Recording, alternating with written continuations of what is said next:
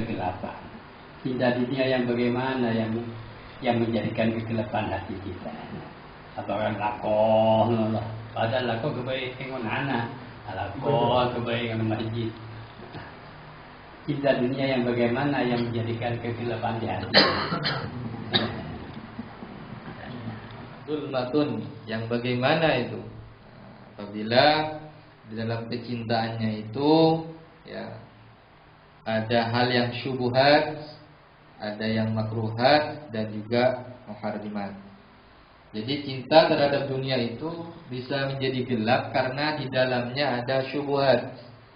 Syubhat itu sesuatu yang meragukan antara halal dan haram. Bagaimana mau membedakan halal dan haram? Nah, disebutkan dalam sebuah hadis seperti orang yang mengembala. Pengembalanya itu makan tanamannya orang. Tanamannya orang yang memang tanaman itu dijaga oleh pemiliknya. Nah, jadi kan ragu itu kan. Berarti kambing saya memakan rumputnya orang. Memakan rumputnya orang.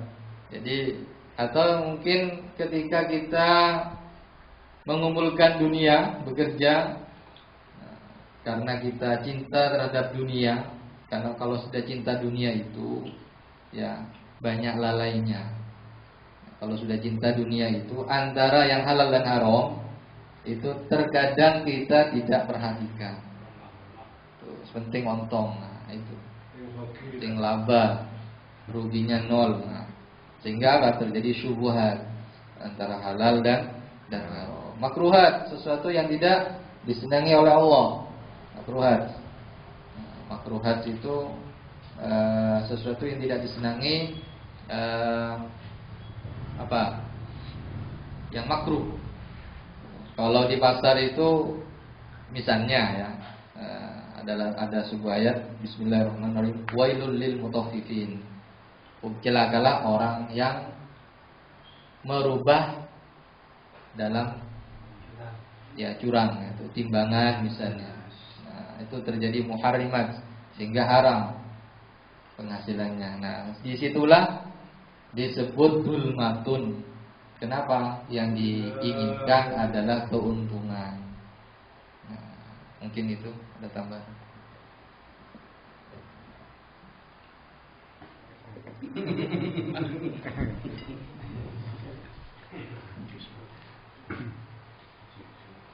Bismillahirrahmanirrahim. Tadi itu hubud dunia ra'su kulli khati'atin ya, katanya tadi itu. Jadi senang dunia itu pokok itu bungkana dari segala kejahatan ya, kejelekan. Ya, orang itu kalau mencari dunia tidak tahu yang syubhat, haram ya, yang halal itu langsung terapes, itu namanya hubud dunia. Tapi kalau mencari dunia hati-hati ya, hati-hati itu warok ya. Jadi mana yang syubhat, karena al halalu bayyinun wal haramu bayyinun ya. Jadi yang wa bainahuma mustabihat. Jadi yang haram itu jelas, yang halal itu jelas, dan yang keduanya itu adalah syubhat. Jadi kalau yang remang-remang ya, itu jangan kalau memang tidak jelas ya, tidak jelas ya, jangan diterapus. Contoh saja gaden ya, di masyarakat itu gaden itu kalau dicari hukum helahnya, gaden sawah ya, gaden sepeda motor, gaden mobil, itu intinya kalau kita menggadaikan mobil jangan dipakai. Boleh menggadai, tapi jangan dipakai oleh orang yang mengambil gaden. Ya, itu namanya hati-hati. Ya. Kemudian gaden sawah itu cuma jaminan, bor. ya. Bor itu jaminan takut tidak bayar ini dia, ya apa kan begitu. Tapi sekarang itu kan dihela, ya, dihela itu dibelintir, ya, dibelintir jadinya bai'ul uqdah. Bai'ul uqdah itu jual beli kembali. Tuh, sekarang itu, ya, tidak gaden saya tapi jual beli kembali. Bagaimana maksudnya jual beli kembali? Ini di masyarakat lah ya, masyarakat sekarang itu. Jadi engkau jual sabe, saya jual sawah kepada kamu sekian 100, tapi nanti tak beli lagi 100 juta. Tapi bukan harganya, karena 400 ya, harganya normalnya 400 juta atau sekian sekarang. Tapi dijual beli kembali cuma 200. Karena kalau gaden itu apa? Takut kepada hukum, hanya dipelintir jadi jual beli kembali. Padahal di Fathul Qorib itu ada kullu qardin jarra naf'an fa huwa riba. Setiap pinjaman yang mengambil manfaat dari pinjaman adalah riba. Jadi kalau kita menggadaikan sepeda motor, mobil, ya, sama yang punya uang mobil taruh saja kalau dipakai. Karena ketika memakai itu sudah riba sudah pemakaiannya. Iya kalau tidak apa-apa.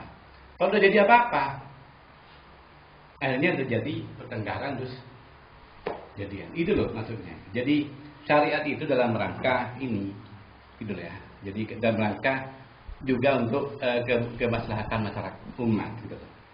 Terjadi nih, saudara saya gadaikan mobil, ngambil gaden mobil ya, orang pinjam sepeda mobil terus digadaikan, Pak sama keluarganya nyerempet truk, besar semuanya terjadi jual beli sudah. Mestinya tidak dijual, karena dijual dengan terpaksa. Ini ya, ini artinya hikmah yang tidak terjadi. Tapi kalau itu dijadikan boros sudah selesai, taruh sudah. Tapi apa kuat kita itu? Kadang kita tidak kuat, makanya ini yang namanya orang itu harus zuhud dan warok. Ya, warok itu hati-hati, takut apa-apa. Dalam segala hal, makanya kalau sudah tidak warok, ya, terapes halal, haram terapes, ya kan, apa? Subhat terapes. Jadinya hanya tubuh dunia dan hartanya tidak barokah.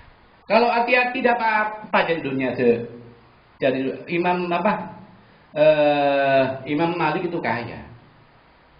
Ya, Imam Syafi'i tidak kaya. Ya.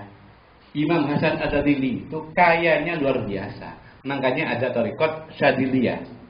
Tarekat Syadiliyah itu adalah tarekat yang diikuti oleh orang-orang kaya. Tidak apa-apa kaya, asalkan dunia tidak sebut dengan teh.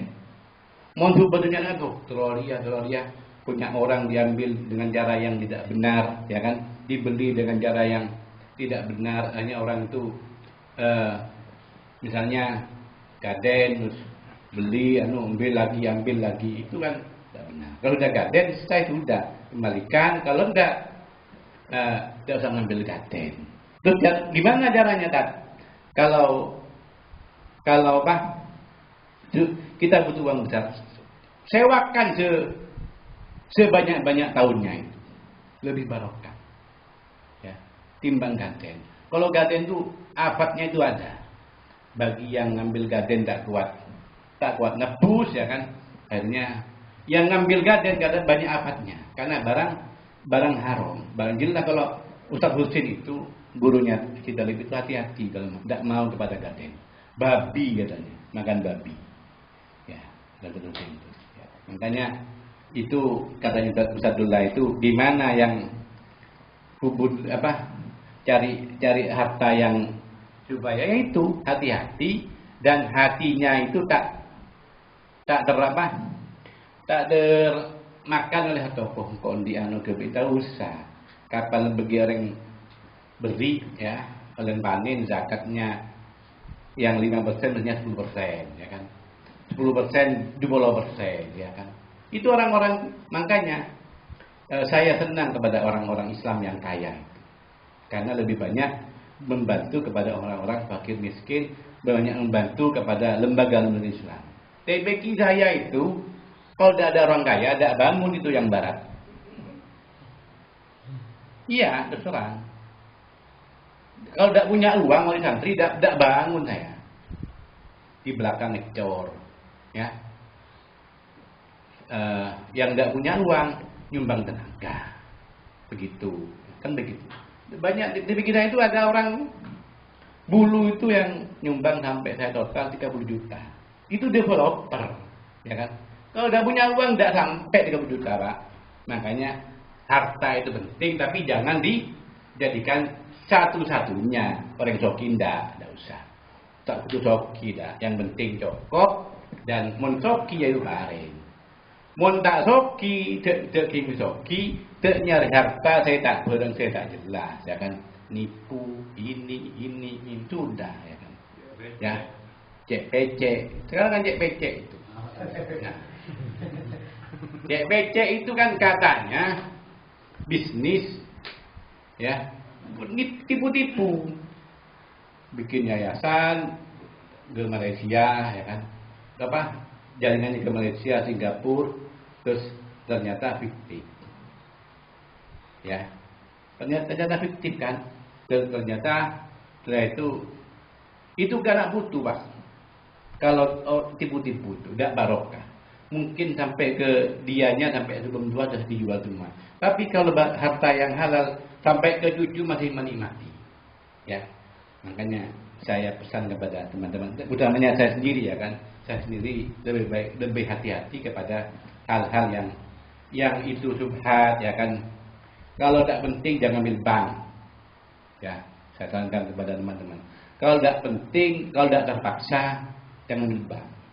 Lek cukup bank, katanya gaya saya itu pas ngaji Bukhari kemarin waktu itu. Lek santri-santriku lek gak penting, gak kepeksa cukup bank. Cukup bank. Lek memang terpaksa ambil bank negara. BRI, Mandiri, Bank Jatim, ya. Apalagi itu banyak. Itu lek terpaksa karena bunganya masih untuk kemaslahatan umat, ya. Tapi lek gak perlu udah cukup bank. Bank itu bank bangkrut, ya. Bank bangkrut, ya. Pada akhirnya bank bangkrut, ya. Banyak kalangan santri itu yang ngambil bank, akhirnya bank bangkrut. Bukan nanti bank loh, ya. Lek gak terpaksa, ya kan. Gak terpaksa jangan, ya kan. Bukan nanti bank saya itu. Enggak, ya kan. Tapi jangan sampai terjadi nanti bank bangkrut. Ya. Banyak saudara-saudara saya itu orang kaya yang habis hartanya enggak gara-gara bank. Disita, ya kan.